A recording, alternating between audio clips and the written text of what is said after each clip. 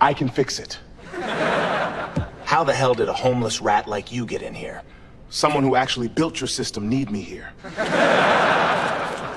Security, get this dog out. He's stinking up my event. Landon didn't move. Do you see this? This is absolutely pathetic. Give me 2 minutes. Let the bum try. What's the difference? Victor's lead engineer whispered something. Victor's smile dropped. Fine. Let the animal perform. When he fails, somebody call the pound. He shoved a napkin across the table. Atlas. Victor Hale's billion-dollar AI crashed on launch day. Is this a glitch? Live. 12,000 people watching, every screen black. And Landon picked up the pen. No shaking, just steady hands. Nobody in that room knew. What he wrote on that napkin didn't just fix the system. It destroyed the man who stole it. 3 years before that napkin hit the table, Landon Archer was the most brilliant AI architect in San Francisco. Not the most famous, not the richest, the most brilliant. The difference mattered. He grew up in Hunters Point, the part of the city tourists never see. His mother cleaned office buildings downtown. His father left before Landon turned 3. There was no trust fund, no private school, no Silicon Valley connections. Just a kid who taught himself to code on a second-hand laptop with a cracked screen, sitting on the floor of a public library because the chairs were always taken. By 22, Landon had published a paper on recursive neural architecture that 3 Stanford professors called a decade ahead of its time. By 26, he had built a prototype for a self-learning AI framework, the Neural Bridge, in his studio apartment using hardware he bought from electronics recyclers. By 30, he had a name in the field, a small name, but the right people knew it. Victor Hale was one of those people. Victor came from the other San Francisco, Pacific Heights. His father ran a venture capital firm. His mother sat on the board of 2 tech companies. Victor went to Stanford, graduated with honors, and walked straight into a corner office his family connections built for him. He was smart, nobody denied that. But smart and brilliant are not the same thing. Victor knew how to sell, how to raise capital, how to shake the right hands at the right dinner parties. What he didn't know, what he never had, was the ability to build something from nothing. That's why he needed Landon. They met at a tech conference in 2019. Victor bought Landon a drink, called him a genius, told him his neural bridge prototype could change the world. "You build it," Victor said. "I'll fund it. 50-50. Landon believed him. They founded Meridian Systems together. Landon built the architecture. Victor built the brand. For 2 years, it worked. Landon stayed in the lab. Victor stayed in front of cameras. Meridian grew. Investors poured in. The neural bridge became Atlas. And Atlas became the most anticipated AI product in a generation. Then Victor decided 50-50 was too generous. It started small. Landon's name disappeared from press releases, then from investor presentations, then from internal documents. When Landon confronted him, Victor smiled and said, "Nobody invests in a guy from Hunters Point, Landon. They invest in a story. And the story is me." The board vote came on a Tuesday. Victor had spent 6 months quietly replacing board members with people loyal to him. The vote was 5-1. Landon was out. His equity, dissolved through a clause Victor's lawyers had buried in the original contract. His name, removed from every patent filing. Landon hired a lawyer. The lawyer took his savings and told him the case would take years. It took 8 months for Landon to go from a condo in Soma to a sleeping bag under the I-80 overpass. He kept one thing: a leather journal. Cracked spine, coffee-stained pages. Every algorithm, every notation, every version of the neural bridge, written by hand, in a system only Landon used. Archer loops. a recursive shorthand he invented at 19. No textbook taught it. No university recognized it. It existed in one place: that journal. And in the base code of every product Meridian Systems ever shipped. The woman who gave him the badge was named Nora Collins, Senior Systems Engineer. She had joined Meridian a year after Landon was pushed out, but she was good enough to read code, and what she read didn't match the story Victor told. The base layer of Atlas was full of a notation style nobody on the current team recognized. She traced it back. She found Landon's name in old archived files Victor thought he'd deleted. 2 days before launch, she found Landon outside a shelter on Folsom Street. She handed him a badge and said 5 words: "Atlas is going to fail." Landon looked at the badge, then at her. "Why do you care?" Nora didn't hesitate. "Because I'm an engineer, and engineers don't let thieves take credit for work they can't even understand." That was how a homeless man ended up standing in the Moscone Center on the biggest day in Meridian's history, watching the system he built crash on a stage that was never supposed to have his name on it. And Victor Hale had no idea who was standing in the back of his room. The Moscone Center lobby was a cathedral of money. Glass walls, white marble floors, banners 40 feet tall with Victor Hale's face next to the word Atlas in silver letters. Every seat filled. First 3 rows, investors, board members, tech journalists. Behind them, engineers, developers, influencers, all hand-picked to create the loudest applause Silicon Valley had ever recorded. Landon walked in through a side entrance. The badge Nora gave him said technical staff. Nobody looked twice. A black man in worn clothes holding a staff badge, most people assumed he was maintenance. One woman moved her handbag to the other side of her chair when he passed. He found a spot near the back wall, stood there, said nothing, watched. Victor Hale took the stage at exactly 10 a.m. The crowd gave him a standing ovation before he spoke a single word. He wore a charcoal suit that probably cost more than most people's cars. His hair was perfect. His teeth were perfect. Everything about him was designed to say one thing: "I belong here, and you should be grateful I'm letting you watch." "Ladies and gentlemen," Victor began, 3 years ago, I had a vision." Landon's jaw tightened. 3 years ago.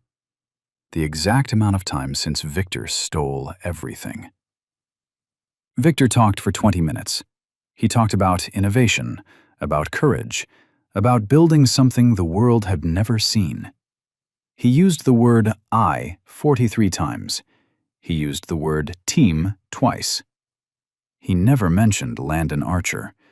Not once. Not even close. Then came the moment. "Let me show you," Victor said, "what happens when one man refuses to accept the impossible." He pressed a button on the podium. The massive screen behind him lit up. The Atlas logo spun. Music swelled through the speakers. And then, nothing. The logo froze. The screen flickered. A line of red error text scrolled across the bottom. Too fast for most people to read, but not too fast for Landon.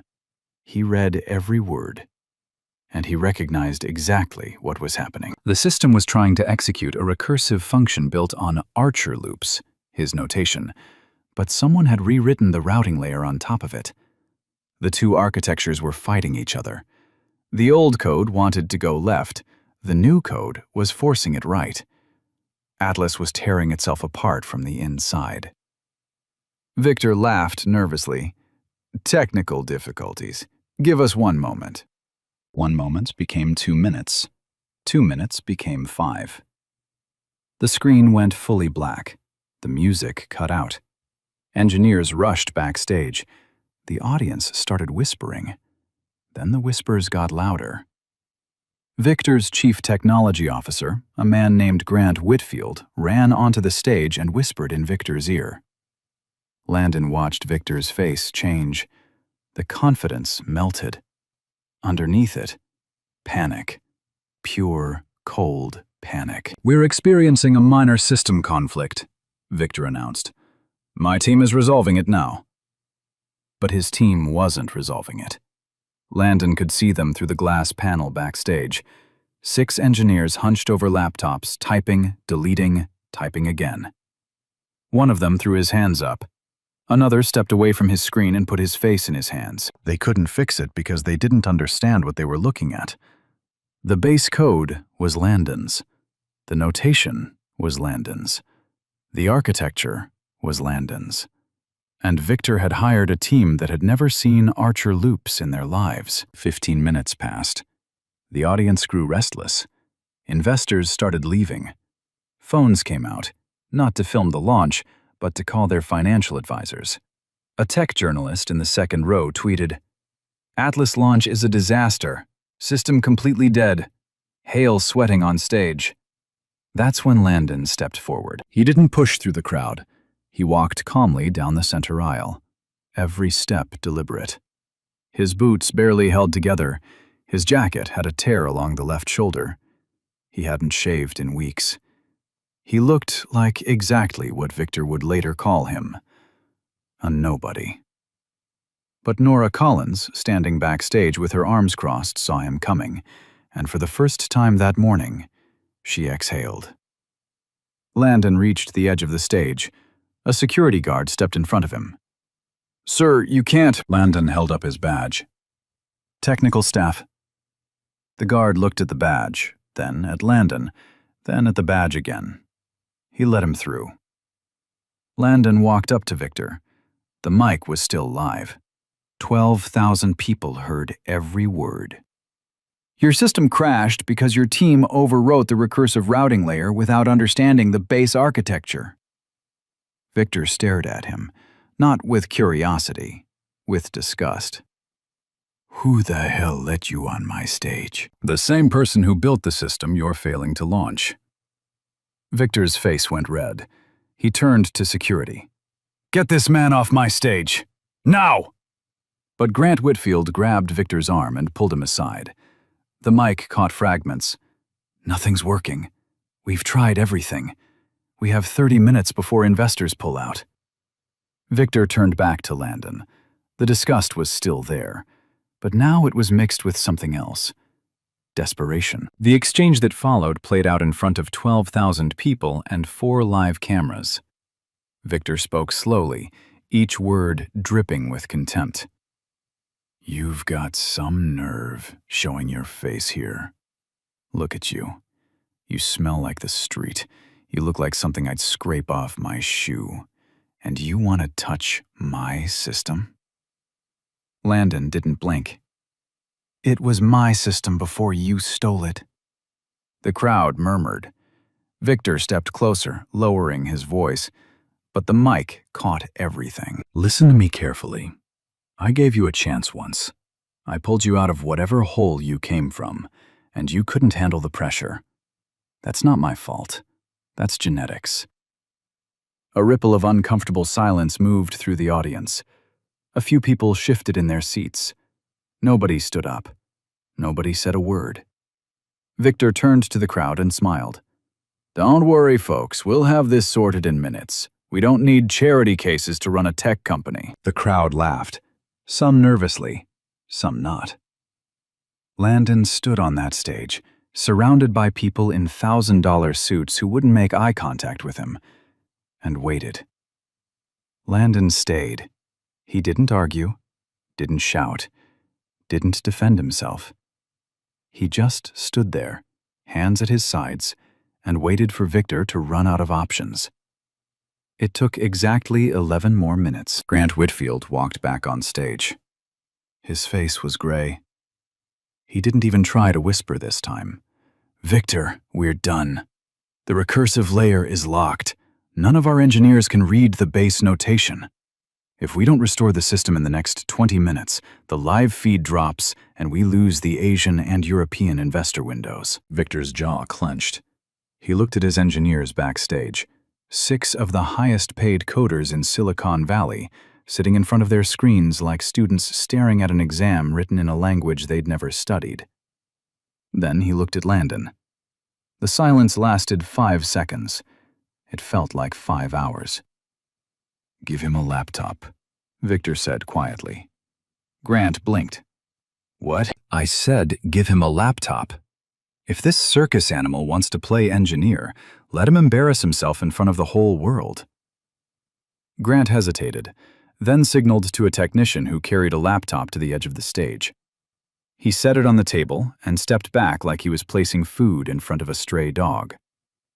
Landon didn't touch it. Instead, he reached into his jacket, the torn one, the one that smelled like the street, the one 12,000 people had been judging for the last 20 minutes, and pulled out a leather journal. Cracked spine, pages yellow with age, corners bent and stained with coffee. Victor laughed. "What is that? Your diary?" Landon didn't answer. He opened the journal to a page near the middle, ran his finger down a column of handwritten notation, then looked up at the frozen screen behind Victor. "Your team overwrote the primary recursive routing at Layer 9, Landon said. His voice was calm, technical. The voice of a man who had spent 10,000 hours inside the machine they were all staring at. "But the neural bridge doesn't route at Layer 9. It routes at Layer 6 through a nested loop structure that feeds back into itself before branching. Your engineers patched the surface. The Foundation rejected it." Grant Whitfield's mouth opened slightly. He looked at his team backstage. 2 of them were already nodding. Victor waved his hand. "Anybody can guess. That doesn't mean—" "The function name is NB6R, Landon continued, as if Victor hadn't spoken. "It calls a subprocess I wrote in 2020 called ARC-loop-7. That subprocess has a handshake sequence with the memory allocation layer that your team bypassed when they restructured. Without that handshake, the system builds, executes, and then collapses on itself every time it hits a recursive depth beyond 4. Dead silence. Not confused silence. Recognition silence. The kind that happens when someone in the room suddenly realizes they are standing next to the person who built the house they've been living in. Grant Whitfield took 1 step toward Landon. "How do you know the function names?" "Because I named them." Grant stared at him, then at the journal, then back at him. "Who are you?" Landon looked at Victor when he answered, looked him directly in the eyes. "I'm the man whose name you deleted." Victor's expression didn't change, but his hands did. His right hand gripped the edge of the podium so hard his knuckles turned white. His left hand, the one holding the mic, dropped 2 inches. The audience was quiet now. Not bored quiet, not confused quiet. The kind of quiet that happens when a room full of people realizes the story they've been told might not be true. A journalist in the second row opened a new tab on her phone and typed, "Who is Landon Archer?" Landon turned back to the table. He didn't reach for the laptop. Instead, he picked up a napkin from the catering tray left on the edge of the stage and pulled a pen from his jacket pocket. The same borrowed pen he'd been carrying for 2 days. "I don't need your laptop," he said. "I just need this." And he started writing. Landon wrote on that napkin the way a surgeon cuts, fast, precise, and without hesitation. His pen moved in patterns no one on Victor's team had ever seen. Small, tight symbols, loops inside loops, arrows that curved back into themselves, lines of notation that looked more like music than code. Archer loops. The recursive shorthand he had invented at 19 years old in a public library, while the rest of the world was learning to use smartphones. The first napkin filled up in 40 seconds. He grabbed a second one, then a third. Grant Whitfield moved closer. He looked at the napkin, then at his laptop, then back at the napkin. His face changed. Not confusion. Recognition. The same notation that had been buried in Atlas's base code for 3 years, the notation his team couldn't read, was flowing from this man's hand like breathing. "That's the base layer," Grant whispered. Not to anyone, just to himself. Landon didn't look up. Hand me the system access. Grant glanced at Victor. Victor's arms were crossed. His jaw was tight. But he didn't say no. He couldn't. 22 minutes had passed since the crash. The European investor window closed in 18 minutes. 2 board members in the front row were already on their phones. Grant typed a command and turned the laptop screen toward Landon. The system's back end appeared. Thousands of lines of code, most of them red with error flags. Landon looked at the screen for exactly 6 seconds. Then he pointed at a block of code near the middle. There, lines 1144 through 1206. Your team rewrote my routing sequence but kept the original memory handshake. The system is trying to send data through a bridge that no longer connects to anything. It's like ripping out someone's spine and expecting them to walk. Grant scrolled to the lines. His eyes widened. That's exactly what we restructured last month. I know, Landon said, because the original structure is right here. He tapped the journal. Page 41, written March 2020, 2 years before you joined the company. Grant looked at the journal page, then at the screen. The match was undeniable. Victor stepped forward. This proves nothing. Any competent engineer could reverse engineer. Then why couldn't your 6 competent engineers fix it in the last 25 minutes? Landon said it without raising his voice, without turning around, without giving Victor the satisfaction of eye contact. The audience heard it. A few people in the middle rows sat up straighter. Someone let out a low whistle. Victor's face darkened. He grabbed Grant by the elbow and pulled him aside. The mic didn't catch the full conversation, but the people in the front row heard enough. This is my company, my launch. I don't care if he can fix it. I want him off my stage. Grant pulled his arm free. Victor, we have 16 minutes. He's the only one who knows what he's looking at. If you pull him off now, Atlas is dead. Not delayed. Dead. Victor stared at Grant for a long moment. Then he turned to the audience and smiled. The kind of smile that takes effort. Ladies and gentlemen, we're running a live diagnostic. Please bear with us. He didn't mention Landon. Didn't acknowledge him. Didn't say his name. As far as Victor was concerned, Landon was a tool. Something to be used and discarded. Landon didn't care. He was already working. He pointed to the laptop and spoke to Grant. I need you to roll back the routing layer to the original architecture. Don't rewrite it, just restore it. The backup should still be in the system under a deprecated file labeled nb-core-original. Grant typed the command. A progress bar appeared. While that loads, Landon continued, take the napkin, 3rd one. See the loop sequence at the bottom? That's the handshake protocol your team broke. It needs to be re-entered manually, exactly as written. 1 character off and the bridge won't reconnect. Grant took the napkin. His hands were shaking. He squinted at Landon's handwriting. The Archer loops were dense, compact, layered, but they were legible. Every symbol was deliberate. I've never seen notation like this, Grant said. You wouldn't have. I invented it. Grant started entering the code, line by line, character by character. The room was silent except for the sound of keystrokes and 12,000 people holding their breath. Landon stood beside him. Not hovering, not anxious, just present, like a man standing in his own living room.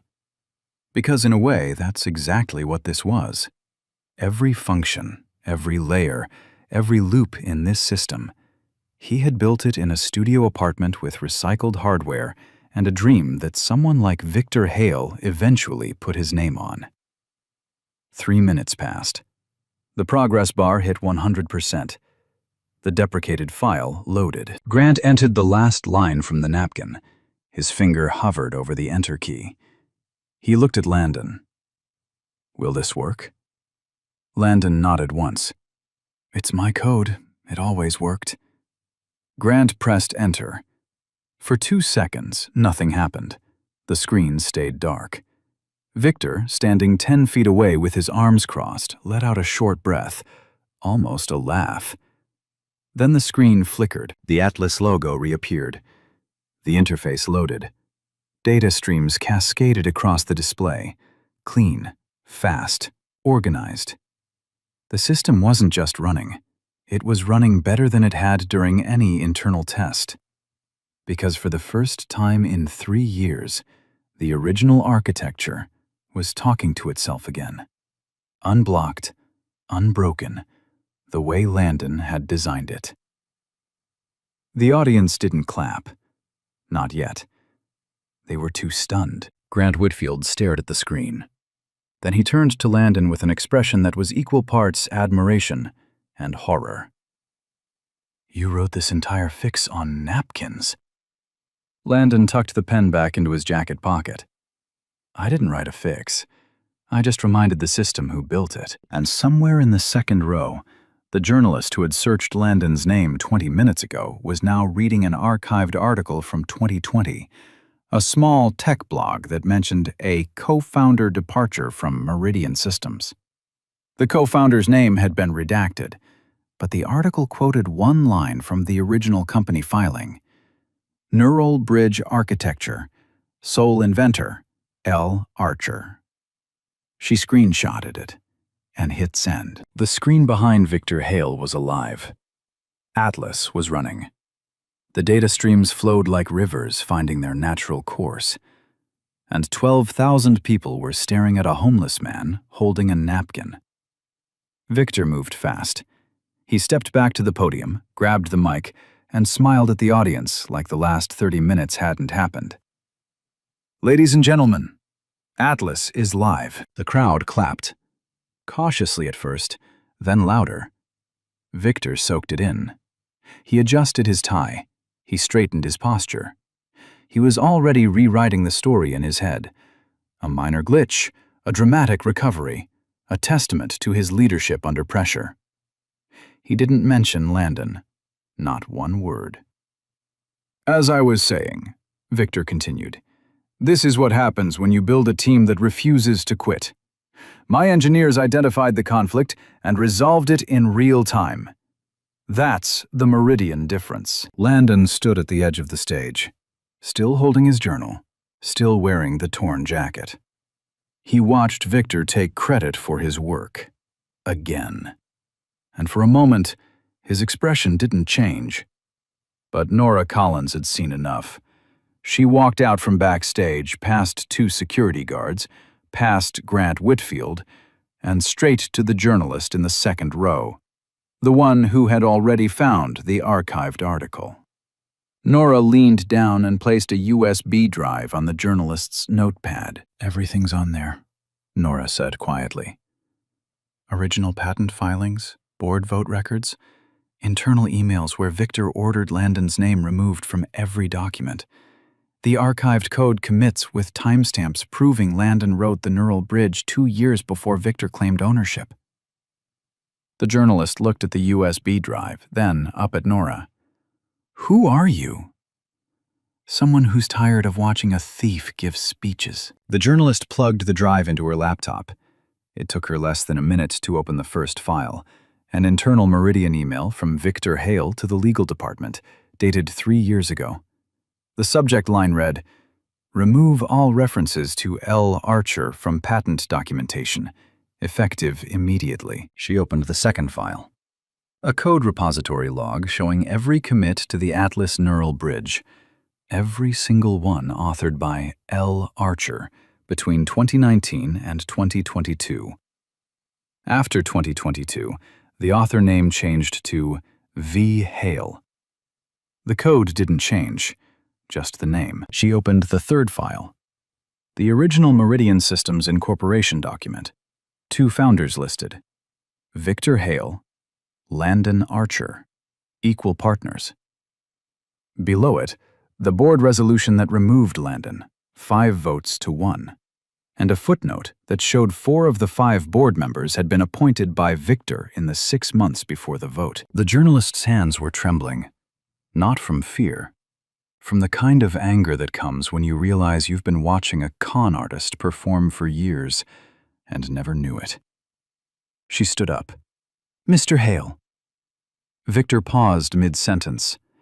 He looked down at her with the easy smile of a man who had never been challenged by a journalist he didn't own. "I have documents showing that the Atlas Neural Bridge was built entirely by a man named Landon Archer, the same man who just fixed your system on a napkin.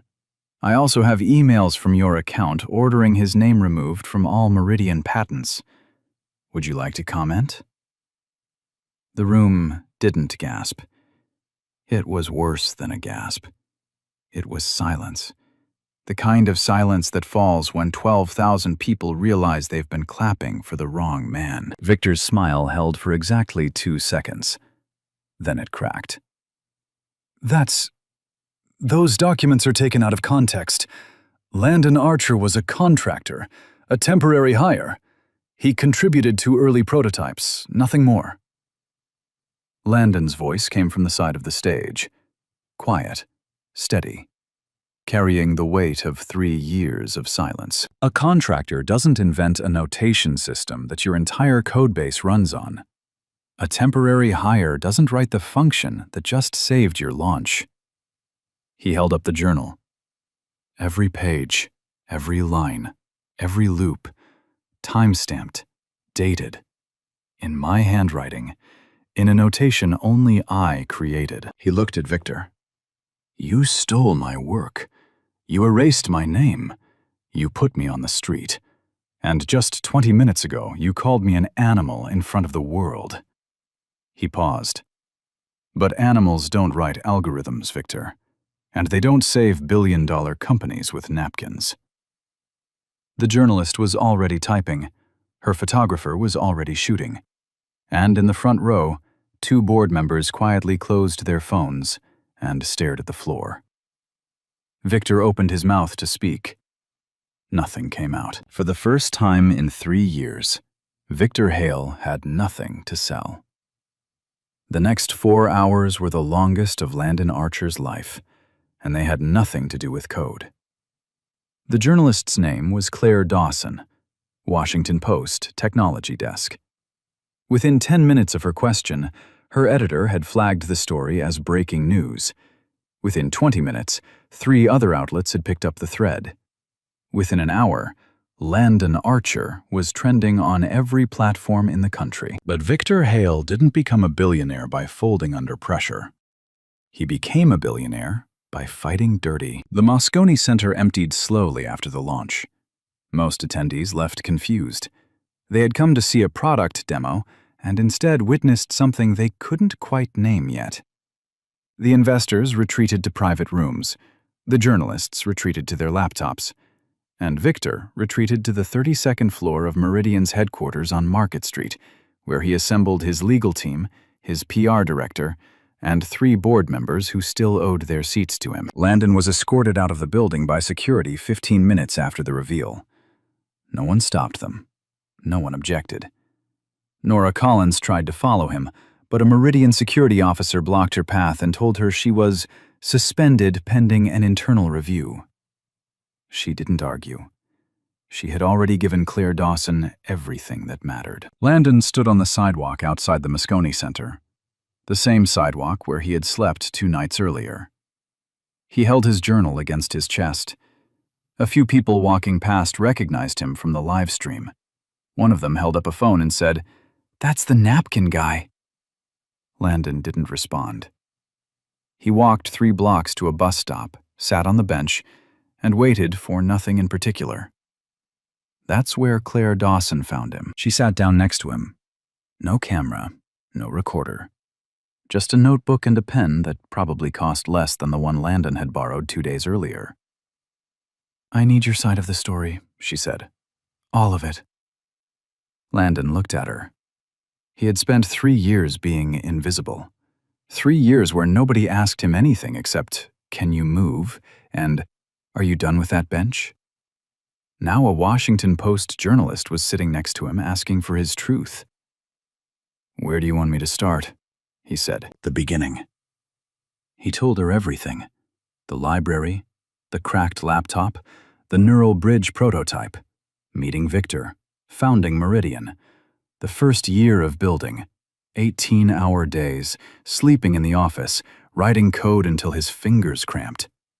He told her about the day he realized his name was disappearing from documents, the confrontation with Victor, the board vote, the lawyer who took his money and delivered nothing, the eviction, the shelter, the overpass. He told her about the journal, how he never stopped writing, how even on the worst nights, the cold nights, the hungry nights, the nights when he thought about walking into traffic, he would open that journal and write one more function, one more loop, one more line of the architecture that still lived inside Atlas like a fingerprint Victor could never wash off.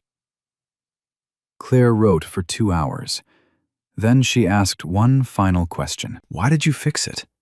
After everything he did to you, why did you save his launch? Landon was quiet for a long time. Then he said, I didn't save his launch. I saved my work. Atlas is my child. I don't care whose name is on the building. A father doesn't let his child die because someone else is raising it. Claire published the article at 9 p.m. that night. The headline read, The Homeless Man Who Saved a $1 billion AI and the Billionaire Who Stole It From Him. By midnight, it had 4 million views. Victor's counterattack came at 6 a.m. the next morning. A prepared statement from Meridian's legal team, 14 paragraphs of carefully constructed denial. Landon Archer was described as a disgruntled former contractor with a history of mental instability. The statement claimed Landon had been terminated for erratic behavior and failure to meet performance benchmarks. It called the documents Nora provided fabricated or taken out of context, and it announced that Meridian Systems was pursuing legal action against both Nora Collins and Claire Dawson for theft of proprietary information and defamation. It was a nuclear response, designed to bury Landon before the public could decide who to believe. For 6 hours, it worked. The news cycle split. Half the headlines said, Homeless Genius Exposes Tech Fraud. The other half said, Billionaire CEO Fights Back Against Smear Campaign. Twitter became a battlefield. Reddit threads ran thousands of comments deep. Cable news panels debated whether Landon was a hero or a con artist. Landon watched none of it. He was sitting in the San Francisco Public Library, the same library where he had taught himself to code, reading the Meridian statement on a public computer. He read every line. Then he read it again. He didn't feel anger. He felt something worse. Familiarity. This was the same playbook Victor had used 3 years ago. Discredit, isolate, erase. It had worked once. Landon had lost everything. But this time there was a difference. This time, the code was public. Landon opened his journal to the last page, a page he had never shown anyone. Not Nora, not Claire, not even Victor during their years as partners. It was a single function, written in Archer loops, dated January 2019, 6 months before Meridian Systems was even incorporated. The function was called Genesis Arc. It was the seed. The first line of code that eventually became the neural bridge, the DNA of Atlas. And embedded in that function, invisible to anyone who didn't know where to look, was a signature. Not a name, a mathematical signature, a self-referencing loop that produced a unique output when executed. The coordinates of the San Francisco Public Library. Latitude 37.7749. Longitude minus 122.4194. The place where it all began. Landon had written it as a private joke, a reminder to himself, a way of saying, no matter how big this gets, it started here, on this floor, on a cracked screen. He photographed the page. Then he called Claire Dawson. Run the Genesis ARC function in the Atlas source code. Check the output. Claire called a source at Meridian, a junior engineer sympathetic to Landon's story. The engineer ran the function. The output appeared on his screen. 37.7749 minus 122.4194. The coordinates of the San Francisco Public Library. Claire published the follow-up at 3 p.m. The headline was simpler this time. The proof was in the code all along. The article explained, in language anyone could understand, that Atlas contained a hidden mathematical signature that could only have been written by its original creator. The signature pointed to the exact location where Landon Archer first learned to code. It was embedded in the deepest layer of the system, a layer Victor's team had never touched because they didn't know it existed. The article included a side-by-side comparison. Landon's journal page, dated January 2019, and the Atlas source code, timestamped from the same month. The Archer loop's notation was identical. The function was identical.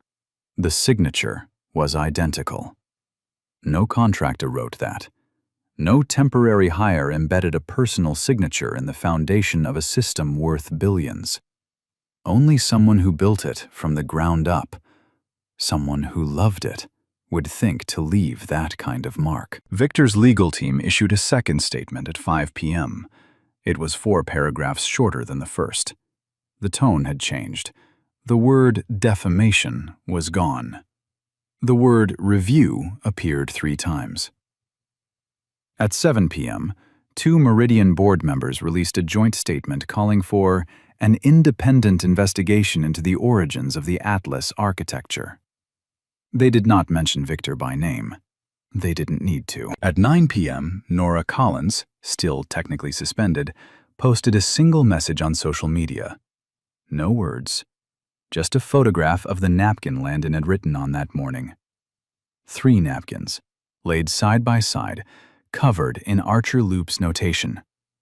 Below the photograph, 1 hashtag. Hashtag Justice for Landon. By midnight, it had been shared 600,000 times. And Landon Archer, sitting on a bench outside the library where he had taught himself to code on a cracked laptop 20 years earlier, opened his journal, turned to a blank page, and started writing again. Because that's what builders do. They build. The independent investigation took 11 days. It felt like 11 years. A forensic technology firm out of Boston, no ties to Meridian, no ties to Victor, was hired to examine the Atlas source code, Landon's journal, and every internal document Nora Collins had provided. 3 senior analysts, 2 former patent attorneys, 1 retired federal judge overseeing the process. They didn't need 11 days. They had their answer in 3. The remaining 8 were spent making sure every conclusion was bulletproof, because they knew Victor's lawyers would challenge every comma. The findings were released on a Tuesday morning, 46 pages. The summary fit in 1 paragraph. The Atlas Neural Bridge architecture was conceived, designed, and built by Landon Archer between January 2019 and June 2022. All core functions, including the proprietary recursive notation system known as Archer loops, originated from Archer's personal work, predating the incorporation of Meridian systems.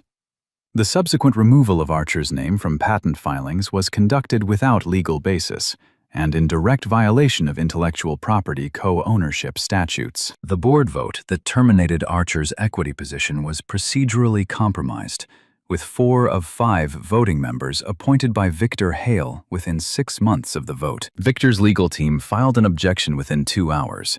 It was denied within 4. By that afternoon, 3 things happened in rapid succession. First, the Securities and Exchange Commission announced a preliminary inquiry into Meridian Systems for potential patent fraud and investor misrepresentation. Second, Meridian's stock dropped 41% in a single trading session, the largest single-day loss in the company's history. Third, Victor Hale was asked to step down as CEO by the remaining board members. He refused. They voted. This time, the vote was unanimous. Victor walked out of Meridian headquarters at 4:47 p.m., surrounded by lawyers and trailed by cameras. He didn't speak. He didn't smile. He climbed into a black car and disappeared. And across the city, in a public library on Larkin Street, Landon Archer sat in the same chair where he had learned to code 20 years ago and read the findings on a public computer. He closed the journal, pressed his palm flat against the cover, and for the first time in 3 years, he breathed.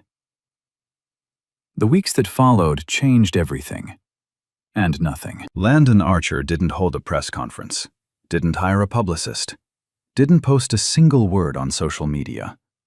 The world was screaming his name, and he let it scream. Claire Dawson's original article had passed 30 million views.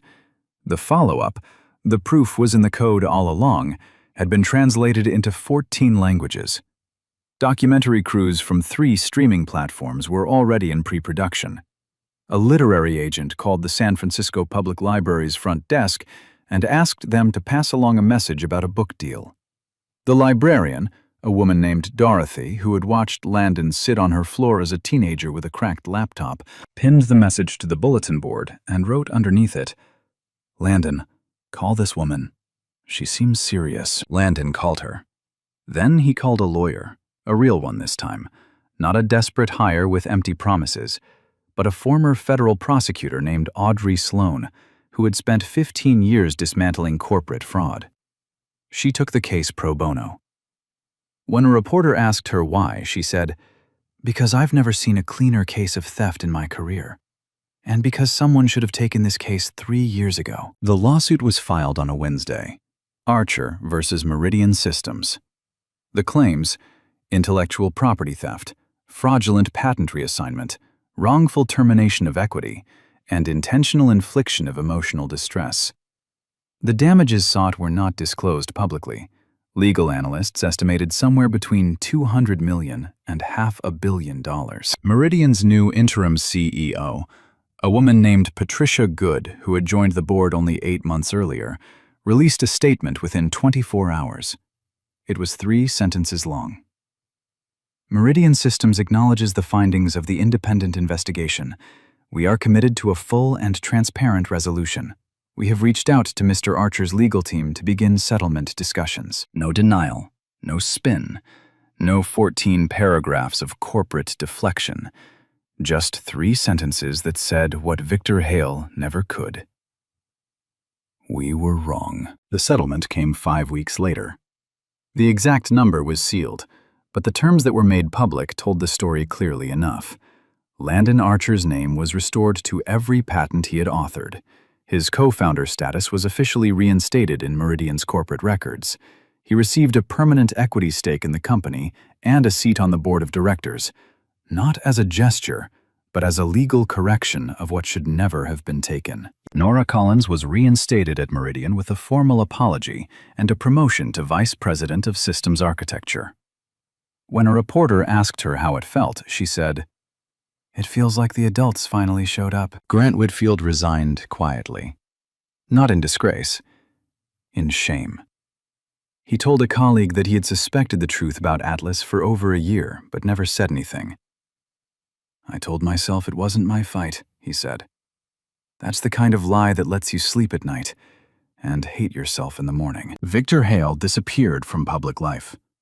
His social media accounts went dark. His Pacific Heights home was listed for sale 6 weeks after his removal. Former associates said he was consulting lawyers about the SEC inquiry, which had expanded into a full investigation. No charges had been filed yet, but the word "yet" carried weight. The napkin, the original napkin, the one Landon had written on during the launch, ended up in a glass frame on the wall of the San Francisco Public Library, donated by Landon himself. Below it, a small plaque read, "Started on this floor, came back to this floor. The building doesn't matter. The mind does. L. Archer." And every morning, Dorothy the librarian dusted the frame and told the same thing to every kid who asked about it. That man learned to code right where you're standing. So sit down, open your laptop, and get to work. This story was never about technology. It was never about algorithms or napkins or billion-dollar launches. It was about what happens when the world decides who you are before you open your mouth. Landon Archer walked into that building with nothing. No suit, no title, no money, no power. He had torn clothes and unlaced boots and a leather journal full of brilliance that nobody wanted to see. Because the man carrying it didn't look like what Silicon Valley expected a genius to look like. 12,000 people watched him get called a monkey, a dog, a cockroach, an animal, and not one of them stood up. Not one of them said, "Wait, let him speak." Because the world has a habit of measuring people by what they wear, where they sleep, and the color of their skin, instead of what they carry inside their minds. Victor Hale didn't steal Landon's work because Landon was weak. He stole it because the world made it easy. Because a black man from Hunter's Point with no connections and no money is the easiest person in America to erase. You take his name off the paperwork. You push him out of the room. You wait for the world to forget. And it does. It almost always does. But Landon didn't forget. He carried every line of code in a journal pressed against his chest through 3 years of shelters and overpasses and cold nights. He didn't carry it for revenge. He carried it because it was his. Because no board vote, no stolen patent, no amount of humiliation can take away what your mind built. That napkin didn't just fix a system. It reminded the world that talent doesn't care about your address. Genius doesn't check your bank account. And the truth, no matter how long you bury it, always finds its way to the surface. If you're out there right now, overlooked, underestimated, written off by people who never bothered to ask what you're capable of, remember Landon Archer. Remember the napkin. Remember that the man who built a billion-dollar system on a library floor is the same man who saved it on a stage where nobody thought he belonged. Your work is yours. No one can erase it. Not if you refuse to let them. If this story moved you, if it made you think even for a moment about the people the world overlooks, share it. Send it to someone who needs to hear it. Drop a comment and tell me about a time you were underestimated. Subscribe so you don't miss what's coming next, because stories like these don't just entertain, they remind us who we really are. Hashtag Justice for Landon. Hashtag Napkin Genius. Hashtag True Story.